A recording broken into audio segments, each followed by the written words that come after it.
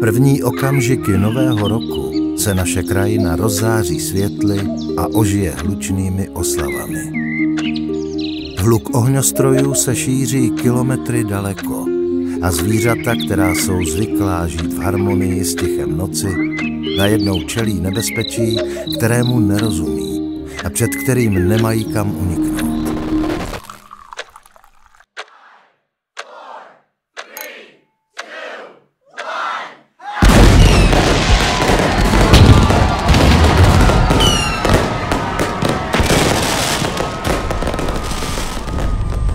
Pro nás je to chvíle radosti.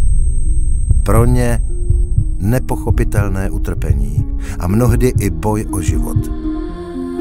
Rozbuší se jejich srdce, v jejich očích je jen strach a instinktivní snaha utéct.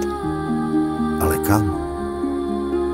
Každý výbuch je pro ně další ranou, každý záblesk jim bere klid a bezpečí, které tolik potřebují.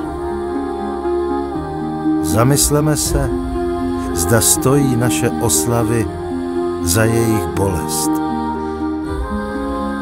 Možná nadešel čas oslavit nový rok způsobem, který nikomu neubližuje.